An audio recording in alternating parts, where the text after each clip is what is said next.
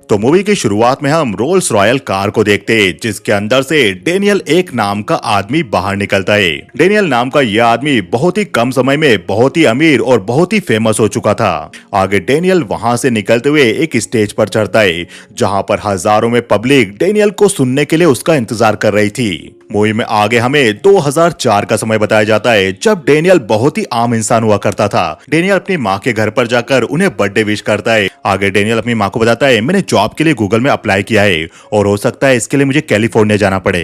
यह सुनकर डेनियल की माँ का चेहरा उतर जाता है कि शायद उसका बेटा अब उनसे दूर चला जाएगा। अपनी माँ के घर से लौटकर डेनियल अपने घर पर आता है और आते ही वो लेटर चेक करने लगता है। तभी डेनियल देखता है कि उसके घर गूगल से भी लेटर आया था। डेनियल उस लेटर को पढ़ने लगता है तो उसमें लिखा था कि डेनियल के पास कॉलेज डिग्री ना होने के कारण गूगल उसे जॉब नहीं दे सकता। यह देखकर डेनियल को गुस्सा आता है और वो गूगल के लेटर को फेंक देता है। उसी वक्त डेनियल के पास वाले फ्लैट में जोर से म्यूजिक बज रहा था और डेनियल चिल्ला के कहता है इसे बंद करो। तब वो म्यूजिक बंद नहीं होता। तब डेनियल भी परेशान होकर अपनी पसंद का म्यूजिक पायरेट बे से डाउनलोड पर लगाता है और डेनियल अपने घर में रखे स्पीकर्स को उस फ्लैट की तरफ कर देता है। और म्यूजिक के पूरा डाउनलोड होने के बाद डेनियल तेज साउंड में उस म्यूजिक को बजाने लगता है। तभी डेनियल की नजर कंप्यूटर स्क्रीन में गूगल साइट पर पड़ती है और डेनियल को गूगल पर गुस्सा भी आ रहा था इसलिए वो कोड लिखने लगता है। अगले दिन डेनियल अपने ऑफिस में जाता है तो डेनियल के ऑफिस में सभी लोग कंप्यूटर स्क्रीन देखकर कुछ डिस्कस कर रहे थे। वो लोग डेनियल को बुलाकर पूछते डेनियल तुमने देखा ये सब क्या हो रहा है, क्या ये सब कुछ तुमने किया है? डेनियल देखता है तो गूगल पर ऑनलाइन ऑप्शन सर्च करने पर उसकी कंपनी की लिंक आ रही थी। यह देखकर डेनियल कहता है मैंने गूगल के एल्गोरिदम का पता लगा लिया है। अब से तुम्हें ऐड के लिए गूगल को पैसा देने की बिल्कुल जरूरत नहीं। अब से जब कभी कोई ऑनलाइन ऑप्शन सर्च करेगा तो हमारी कंपनी के 600 रिजल्ट आएंगे। तब डेनियल का बॉस कहता है डेनियल मैं जानता हूँ तुम बहुत ही अच्छे कोडर हो, तुम ऐसे ही गूगल को हैक नहीं कर सकते। जो कुछ भी तुमने किया है वो सब अभी ठीक करो। डेनियल का बॉस डेनियल को बुलाता है लेकिन डेनियल बिना उसे ठीक करे वहां से निकल जाता है। एक्चुअल में डेनियल ने वो जॉब छोड़ने का तय कर लिया था। डेनियल घर पर जाकर बोर्ड पर एक नोट लिखता है मुझे 1 साल के अंदर एक बड़ा बिजनेस लॉन्च करना है और फिर उसे सेल करना है। एक्चुअल में डेनियल ने तय किया था कि वो कोई स्टार्टअप करेगा। अब डेनियल को अपने स्टार्टअप पर काम करते हुए 6 महीने बीत चुके थे और डेनियल टीवी पर न्यूज देख रहा था जिसमें बताया जा रहा था कि सोनी म्यूजिक कंपनी ने पायरेट बे के फाउंडर पर केस किया था क्योंकि जिस म्यूजिक पर सोनी कंपनी का कॉपीराइट था वो म्यूजिक पायरेट बे वेबसाइट पर ऐसे ही उपलब्ध था। तभी डेनियल टीवी बंद करके अपने घर पर आए लेटर देखने लगता है और डेनियल देखता है कि उसके घर पर कंपनी के कुछ कूपन्स भी आए थे। कूपन्स को देखकर डेनियल के दिमाग में आइडिया आता है कि जल्दी सब कुछ डिजिटल हो जाएगा। यहाँ तक कि जो लोगों के घरों में ऑफर कूपन आया करते थे उसका भी डिजिटलाइजेशन हो जाएगा। यह सोचकर डेनियल इसी आइडिया पर काम करने लगता है। आगे डेनियल एडवर्डिको नाम से एक वेबसाइट बनाता है। आगे डेनियल टीवी पर न्यूज देख रहा था और टीवी में न्यूज में बताया जा रहा था कि ट्रेड डबलर नाम की ऑनलाइन मार्केटिंग कंपनी को शेयर मार्केट में लिस्ट कर दिया गया है। इस कंपनी को 5 साल पहले फिलिक्स और मार्टिन नाम के 2 आदमी ने शुरू किया था और आज ये कंपनी ग्लोबल मार्केट को डोमिनेट कर रही है। यह न्यूज डेनियल भी देख रहा था और उसके दिमाग में आइडिया आता है क्यों ना वो अपना स्टार्टअप इन दोनों को बेच दे। आगे डेनियल ट्रेड डबलर नाम की कंपनी में मार्टिन और फिलिक्स से मिलने के लिए जाता है। डेनियल वेट कर रहा होता है तभी वहां पर मार्टिन आता है और वो डेनियल को देखकर कहता है तुम जरूर नए इंटर्न होंगे। एक्चुअली फिलिक्स अभी आ रहा है, वो तुमसे बात करेगा। मैं भी डेनियल नाम के लड़के का वेट कर रहा हूँ। तुम्हें पता है उस लड़के ने एक कंपनी बनाई है, उस कंपनी का नाम एडवर्डिको है और ये ऑनलाइन मार्केटिंग कंपनी है। इस कंपनी को अपनी वेबसाइट के हर क्लिक पर 10% रेवेन्यू मिलता है। एक्चुअली ये वेबसाइट आपकी आदतों का पता लगाकर आपको एड दिखाती है जो आप चाहते हैं। यह सुनकर डेनियल भी हंस रहा था क्योंकि वो वेबसाइट उसने ही बनाई थी और मार्टिन को ये बात अब तक पता नहीं थी। आगे मार्टिन कहता है तो हमारा प्लान ये है हम एडवर्डिको कंपनी को खरीदकर डेनियल को जो कुछ भी चाहिए वो उसे दे देंगे। तभी वहां पर मार्टिन का पार्टनर फिलिक्स एक लड़के के साथ आता है। आगे फिलिक्स डेनियल से मिलता है और वो मार्टिन को बताता है ये डेनियल है। मार्टिन भी डेनियल से मिलता है जिसकी कंपनी खरीदने के बारे में अब तक वो बात कर रहा था। मार्टिन डेनियल से पूछता है तुम्हारी उम्र कितनी होगी? तब डेनियल कहता है 22 साल। वैसे आप मेरी कंपनी खरीदने के बारे में अभी अभी बात कर रहे थे, बताइए आप लोग मुझे कितना पे करेंगे? आगे डेनियल मार्टिन और फिलिक्स के साथ अपनी कंपनी को बेचने के डील कर लेता है और शाम को वो उनके साथ पार्टी कर रहा था। आगे डेनियल मार्टिन से पूछता है मैंने सुना है कि तुम सिलिकॉन वैली में काम कर चुके हो, मुझे बताओ जो वो लोग कर रहे हैं वो हम क्यों नहीं कर सकते? यह सुनकर मार्टिन कहता है तो ठीक है तुम मुझे आइडिया पिच करो और हम सिलिकॉन वैली की बड़ी कंपनी से कम्पीट करेंगे। डेनियल यह सुनकर पार्टी से निकल जाता है और बाहर उसे एक लड़का ब्रोशर देता है यह ब्रोशर बॉबी नाम की सिंगर के प्रोग्राम का था, जो प्रोग्राम पास ही में हो रहा था। डेनियल भी पास वाले क्लब में जाकर बॉबी नाम की सिंगर को गाते हुए देखने लगता है, जो काफी अच्छा गा रही थी। सॉन्ग खत्म होने के बाद डेनियल ड्रिंक करने लगता है। उसी वक्त वहाँ पर उससे बॉबी आकर मिलती है। एक्चुअल में बॉबी डेनियल के साथ हाई स्कूल में पढ़ा करती थी। तब बॉबी कहती है, मुझे पता है ये बड़ा स्टेज तो नहीं है, पर यहाँ पर गाकर मेरा काम चल जाता है। क्या पता यहीं कहीं सोनी रिकॉर्ड वाले मौजूद हो और वो मेरा गाना सुन ले और मेरे साथ कोई बड़ी डील साइन कर ले। लेकिन अभी मैं खुश हूँ क्योंकि कुछ लोग मेरे सॉन्ग को रिकॉर्ड करके पायरेट बे में पोस्ट करते हैं। चलो मेरी बातें छोड़ो, तुम बताओ तुम क्या कर रहे हो। तब डेनियल कहती, ज्यादा कुछ खास नहीं, अभी अभी मैं $10 मिलियन में अपनी कंपनी बेचकर आया हूँ। यह सुनकर बॉबी शॉक होकर पूछती है, क्या तुम मुझसे मजाक कर रहे हो। आगे वहाँ पर बॉबी का बॉयफ्रेंड आता है और बॉबी डेनियल को अपना नंबर देकर वहाँ से निकल जाती है। आगे डेनियल अपनी मॉम के लिए गिफ्ट लेकर जाता है और डेनियल की मॉम उससे पूछती है, तो तुम्हारा काम कैसा चल रहा है। तब डेनियल कहता है, अब मैं ज्यादा काम नहीं करता क्योंकि मेरे पास काफी पैसा है। तब डेनियल की माँ कहती है, काम सिर्फ पैसा कमाने के लिए नहीं किया जाता है। अब डेनियल अब वापस अपने घर पर जाकर टीवी देखने लगता है। तभी टीवी पर वापस पायरेट बे की न्यूज दिखाई जा रही थी। डेनियल भी न्यूज सुनते सुनते सोच रहा था कि अब वो नया और बड़ा क्या करे। तब डेनियल पायरेट बे वेबसाइट से अपनी फ्रेंड बॉबी के सॉन्ग डाउनलोड करने लगता है, लेकिन तभी वेबसाइट पर डाउनलोड फेल बता दिया जाता है। वो सॉन्ग डाउनलोड नहीं हो रहे थे और वेबसाइट के पेज पर पोर्न वेबसाइट के कुछ लिंक भी मौजूद थे। इसलिए डेनियल को इन सब में एक प्रॉब्लम नजर आती है, क्योंकि जब आपको सॉन्ग सुनने होते थे तब आपको उन्हें डाउनलोड करना होता था, जिसमें टाइम तो लगता था और कई बार पूरी तरह से डाउनलोड भी नहीं होता था। आगे डेनियल मॉर्टिन के घर पर जाकर मॉर्टिन से मिलता है और वो उसे कहता है, तुमने मुझे कहा था कि मेरे पास कोई अच्छा आइडिया हो तो वो मैं तुम्हें सुनाऊं। तब मॉर्टिन कहता है, हाँ मैं तैयार हूँ, चलो बताओ। तब डेनियल टीवी स्टार्ट करते हुए कहता है, एक चीज है जो अभी तक भी सिलिकॉन वैली में किसी ने नहीं की, और वो है म्यूजिक। म्यूजिक पर अब तक किसी ने काम नहीं किया। तुम टीवी पर न्यूज देख रहे हो, हर जगह पायरेट बे की न्यूज छाई हुई है, लेकिन कोई भी रिकॉर्ड कंपनी और न्यू जनरेशन के इस वॉर में पड़ना नहीं चाहता। यह हमारे लिए एक बहुत ही अच्छी अपॉर्चुनिटी होगी, हम इस मौके का फायदा उठा सकते हैं। सोचो, अब तक एक भी बड़ी म्यूजिक साइट नहीं है जहां पर लोग जाकर अपनी मनपसंद का म्यूजिक सुन सके। मॉर्टिन कहता है, वो इसलिए नहीं है क्योंकि पायरेट बे है, अधिकतर लोग वहीं पर जाकर म्यूजिक सुनते हैं।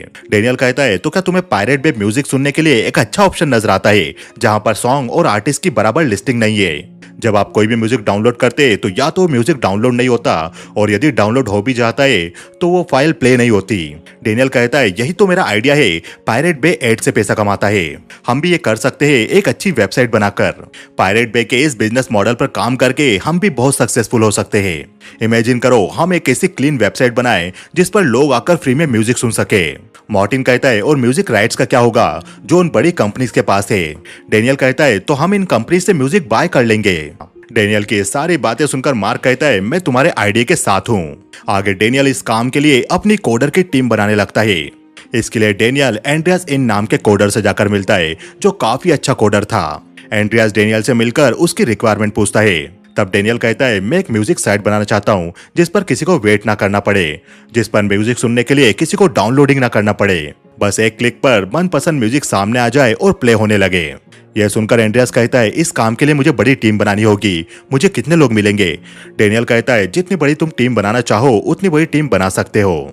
आगे डेनियल काफी सारी म्यूजिक कंपनी के पास जाकर म्यूजिक राइट्स की बात करने लगता है और अपनी स्ट्रीमिंग सर्विस कंपनी स्पॉटिफाई के बारे में बताने लगता है, पर डेनियल को कहीं से भी पॉजिटिव रिस्पांस नहीं मिल पाता। डेनियल अपने ऑफिस आता है, तब उसे एंड्रियास अपनी वेबसाइट का काम दिखाता है और एंड्रियास वेबसाइट पर म्यूजिक प्ले करके बताता है तो उस पर म्यूजिक बफर हो रहा था। यह देखकर डेनियल कहता है, म्यूजिक बफर हो रहा है, ऐसा नहीं होना चाहिए। तब एंड्रियास कहता है, म्यूजिक 0.2 सेकंड पर प्ले होगा तब वो बफर नहीं होगा। अभी तक हमने 0.4 सेकंड की स्पीड अचीव कर ली है। यह सुनकर डेनियल कहता है, लेकिन मुझे 0.2 सेकंड की स्पीड चाहिए। एक बात मैं क्लियर कर दूं, मुझे वेबसाइट पर कोई भी प्रॉब्लम नहीं चाहिए। एंड्रियास और उसकी टीम को चिल्लाते हुए डेनियल वहां से निकल जाता है। तब मॉर्टिन डेनियल से आकर पूछता है, तुम्हें हो क्या रहा है, तुम टीम पर क्यों चिल्ला रहे थे। डेनियल कहता है, तुम जानते हो क्या हो रहा है, 12 मीटिंग्स करने के बाद भी हमें कोई पॉजिटिव रिस्पांस नहीं मिला। तब मॉर्टिन कहता है, तुम अपनी टीम को देखो, उन्होंने प्रोटोटाइप पूरा तैयार कर लिया है, अब हम कामयाबी के काफी करीब है, अब हम हार नहीं मान सकते। जो भी प्रॉब्लम आ रही है बस उसे सॉल्व करने की कोशिश करो, अपने दिमाग को ठंडा रखो, मैं तुम्हारे लिए एक ठंडी बियर लेकर आता हूँ। डेनियल इस बारे में बैठकर सोच रहा था, तभी वो टीवी पर पर सुंडीन नाम के आदमी का इंटरव्यू देखता है और पर सुंडीन स्वीडन में सोनी कंपनी का CIO था।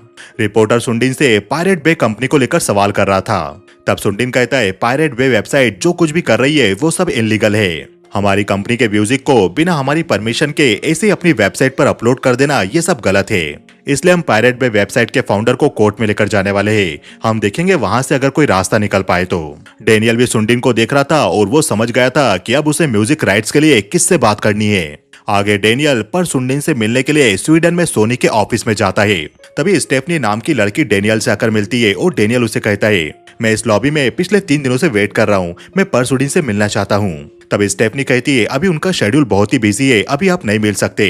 तभी स्टेफनी को किसी का कॉल आ जाता है और स्टेफनी कॉल पर कहती है, क्या तुम जल्दी किसी आईटी वाले को भेजोगे? जो भी मेल हम कर रहे हैं वो बाउंस हो रहे हैं, जल्दी इस प्रॉब्लम को फिक्स करवाओ।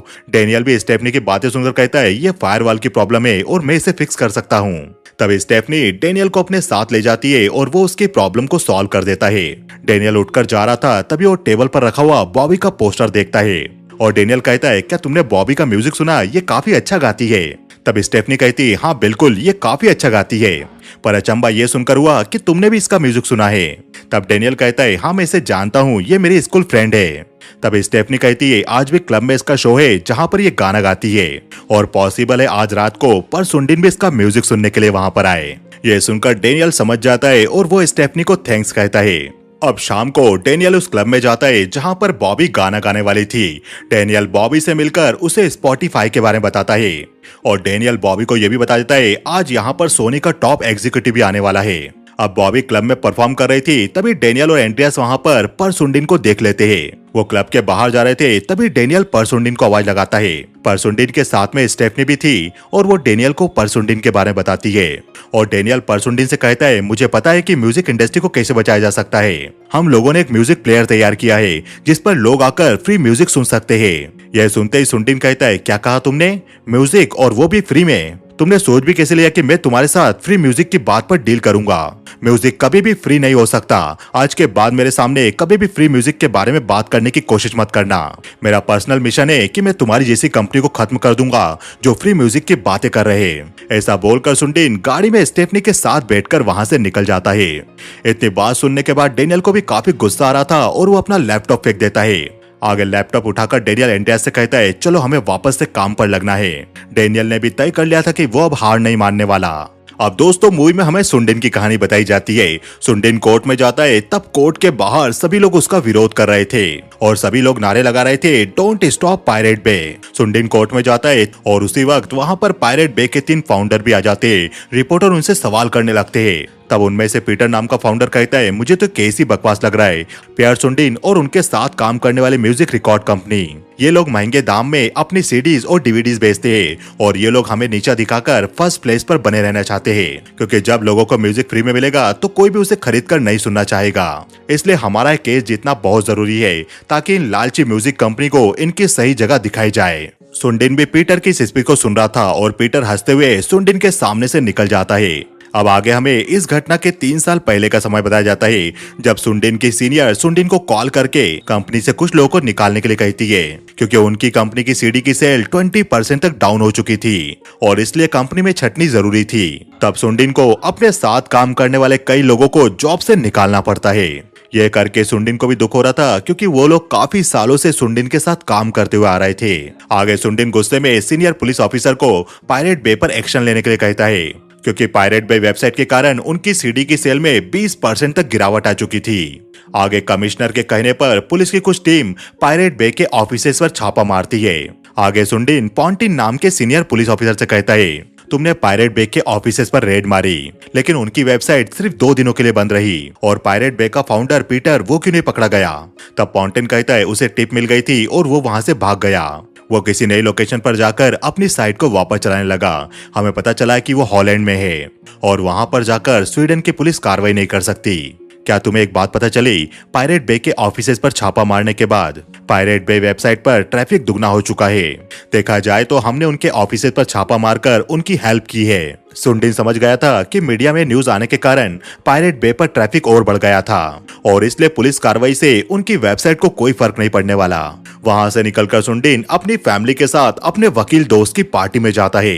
तब पार्टी में मौजूद विलियम नाम का सुंडिन का दोस्त उसे अपने घर का म्यूजिक सिस्टम बजाकर दिखाता है और सुंडिन भी म्यूजिक सिस्टम की आवाज को सुनकर उसकी तारीफ करता है। तभी अचानक से म्यूजिक बीच में बंद हो जाता है और उसे देखकर विलियम कहता है शायद पायरेट बे से करप्ट फाइल डाउनलोड हो गई।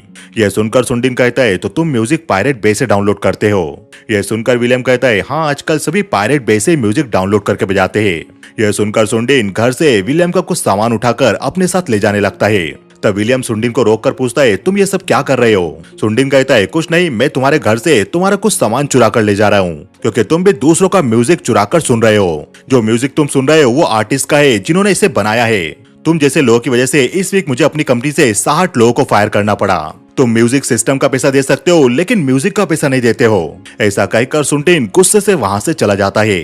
सुंडिन अपने घर जाता है तब उसकी वाइफ उस पर चिल्लाकर कहती है तुम लोगों के साथ ऐसा बिहेव नहीं कर सकते। तुम्हारे आसपास मौजूद सारे लोग बहुत ही कॉमन है, ये वही सब करते हैं जो कि सोसाइटी करती है। अगर सोसाइटी पायरेट बे से म्यूजिक डाउनलोड कर रही है तो ये लोग भी करेंगे और तुम्हें इस बात को एक्सेप्ट करना होगा और तुम्हारी कमजोरियों पर काम करना होगा। यह सुनकर सुंडिन को काफी बुरा लगता है और आगे वो पायरेट बे के फाउंडर को कॉल करके कहता है मैं तुमसे मिलना चाहता हूँ।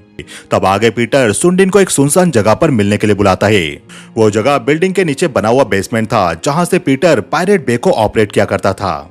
तब सुंडिन पूछता है तुम लोग पैसा कैसे कमाते हो और क्या तुम्हारे पास कोई तरीका है आर्टिस्ट को उसकी सैलरी देने का। एक्चुअल में तुम लोग एड रेवेन्यू से पैसा कमाते हो और तुम आर्टिस्ट को कुछ नहीं दे पाते। अगर हम मिलकर काम करेंगे तो हम आर्टिस्ट को उनका पैसा दे पाएंगे, उनका हक दिला पाएंगे जो कि फ्री म्यूजिक डाउनलोड करवा कर तुम कभी नहीं कर पाओगे। तुम बस आर्टिस्ट से उनका हक छीन रहे हो, उनकी लाइफ खराब कर रहे हो। तुमने कभी क्रिएटर्स के बारे में सोचा है उन्हें कितनी मेहनत करनी पड़ती है। तब पीटर खड़ा होकर कहता है तुम काफी अच्छा बोल लेते हो, तुम्हें हम कैसे बताएं कि हमारा ये वर्क हमारे लिए कितना इंपॉर्टेंट है। हमने एक नया वर्ल्ड क्रिएट किया है जहां पर लोग डिसाइड करते हैं कि किसे वैल्यू देना है और तुम्हें अब आर्टिस्ट और लोगों की चिंता इसलिए हो रही है क्योंकि तुम्हारी इंडस्ट्री अब खत्म होने वाली है। तुम्हें पता है कि तुम हमारे कारण ज्यादा दिनों तक सर्वाइव नहीं कर पाओगे।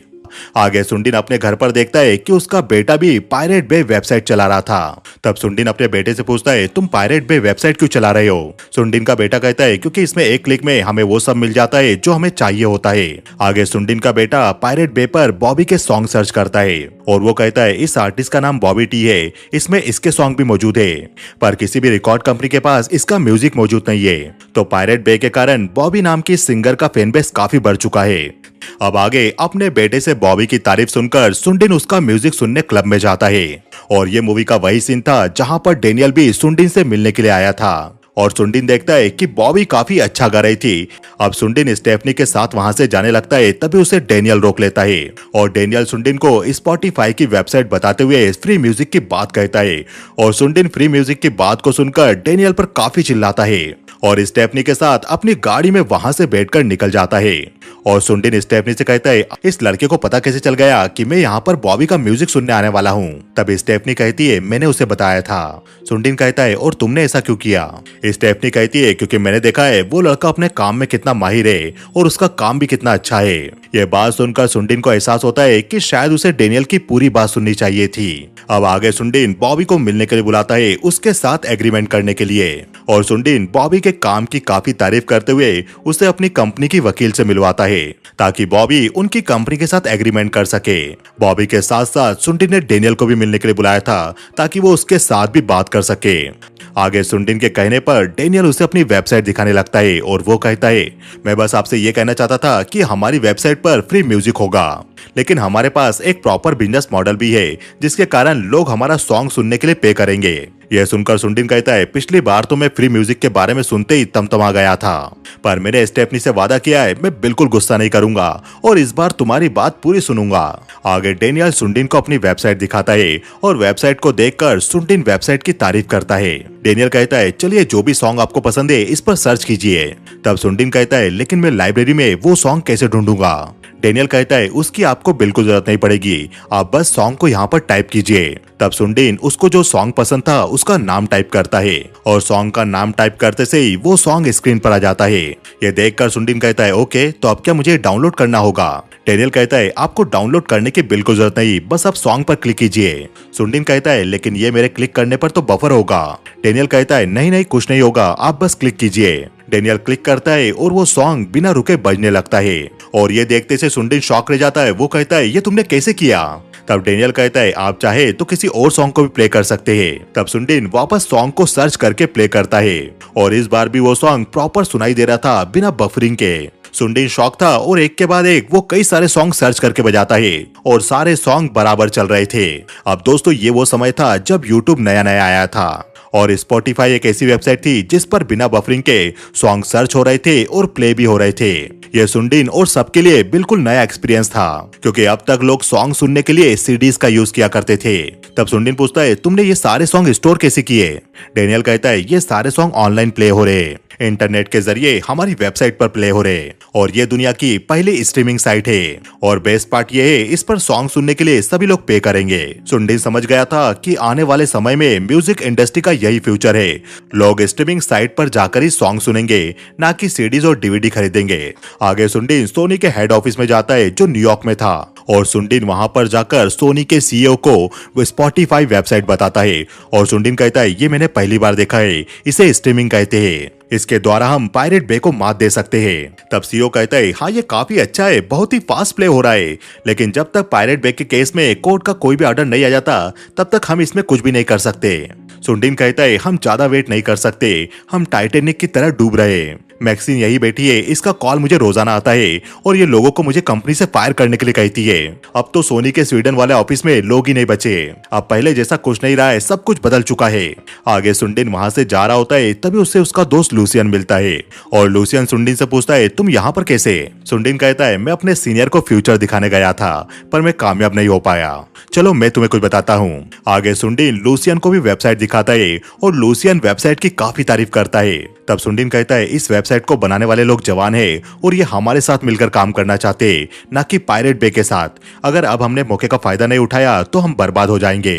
तब लूसियन कहता है मैंने स्वीडन में काफी साल काम किया है और मैंने ये समझा है कि वहाँ के लोग जीतने के लिए लड़ना नहीं चाहते। सोनी का अमेरिका वाला डिपार्टमेंट काफी लास्ट में डिसीजन लेगा क्योंकि यहाँ पर सोनी काफी बड़ा है और इनके पास काफी बड़ी लॉयर्स की टीम भी है। पर तुम्हें खतरा पहले नजर आ गया क्योंकि वहाँ पर पायरेट बे है और अब ये स्पॉटिफाई जो म्यूजिक इंडस्ट्री को खत्म कर सकती है, पर इनको टाइम लगेगा। इनके साथ कोई भी फ्री म्यूजिक पर डील साइन नहीं करेगा, पर इनके पास एक सॉल्यूशन भी है। मैं अपनी तरफ से कोशिश करता हूँ स्पॉटिफाई की सोनी के साथ डील करवाने के लिए, पर मैं ये काम तुम्हारे बगैर नहीं कर पाऊंगा। मुझे लगता है सुंडिन तुम्हें टीम बदल लेना चाहिए। एक्चुअल में लूसियन सुंडिन को जॉब छोड़ने के लिए बोल रहा था। दूसरी तरफ पायरेट बे पर भी कोर्ट में केस चल रहा था और जज अपने फैसले में कहता है पायरेट बे ने क्राइम किया है, उन्होंने दूसरों की सामग्री को अपनी वेबसाइट पर अपलोड किया है और ये कॉपीराइट कानून का उल्लंघन है, एक तरह से चोरी है। इसलिए कोर्ट पायरेट बे के फाउंडर्स को 1 साल की सजा सुनाती है और कंपनी को कंपेंसेशन के रूप में 30 मिलियन स्वीडिश क्रोना देने का आदेश सुनाती है।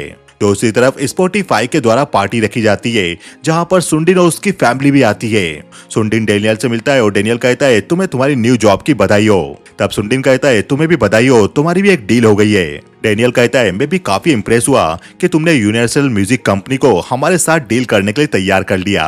अगर तुम नहीं होते तो हमारे लिए काफी मुश्किल होता। ये करके तुमने स्पॉटिफाई के लिए दरवाजे खोल दिए। तब सुंडिन कहता है ये हमारी खूबसूरत दोस्ती की शुरुआत है। तो दोस्तों सुंडिन स्पॉटिफाई के लिए काम करने लगा था, वो स्पॉटिफाई की म्यूजिक कंपनी से डील करवाने में लग गया था और सुंडिन ने ही यूनिवर्सल म्यूजिक कंपनी से स्पॉटिफाई की सबसे पहली डील करवाई थी और ये मूवी यहीं खत्म हो जाती है। तो दोस्तों ये द प्लेलिस्ट नाम की सीरीज थी। क्योंकि ये सीरीज 6 घंटे लंबी है तो ये सीरीज इस वीडियो के सेकंड पार्ट में खत्म होगी। अब तक का ये वीडियो आपको कैसा लगा हमें बताइए कमेंट सेक्शन में। हमारे इस वीडियो को ज्यादा से ज्यादा लाइक कीजिए और आप इसका सेकंड पार्ट देखना चाहते हैं तो कमेंट कीजिए। वीडियो को लाइक जरूर कीजिएगा, चैनल को सब्सक्राइब जरूर कीजिएगा क्योंकि पिक्चर अभी बाकी है मेरे दोस्त।